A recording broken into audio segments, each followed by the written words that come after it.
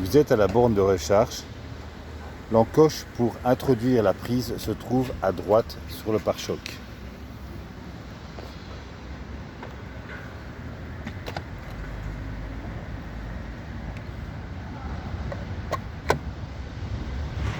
Prenez la prise femelle et vous l'enclenchez dans l'endroit prévu à cet effet.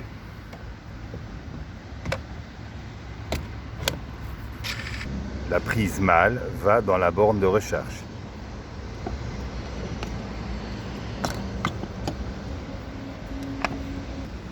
Vous n'avez plus qu'à badger la carte.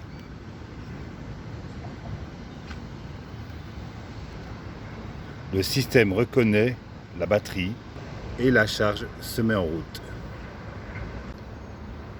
Pour interrompre le système de recharge, vous rebadgez la carte. À ce moment-là seulement, vous pouvez retirer la prise. Pour retirer la prise se trouvant sur le véhicule, il y a un petit bouton ici, vous appuyez dessus et à ce moment-là, vous pouvez la retirer en toute sécurité. L'autonomie de votre véhicule se trouve au-dessus du cadran à gauche, dans ce cas 201 km, c'est l'autonomie restante. Alors une fois que vous avez enclenché la marche avant par la palette de commande située à la droite du volant, sur laquelle est indiqué R, N, D et P. Une fois que cette marche avant est enclenchée, c'est-à-dire sur le D, vous pouvez commander via les deux palettes de chaque côté du volant, moins et plus, les modes de récupération d'énergie. Le D-, est le mode de récupération maximum, c'est-à-dire que quand vous roulez, le frein moteur va être à son maximum.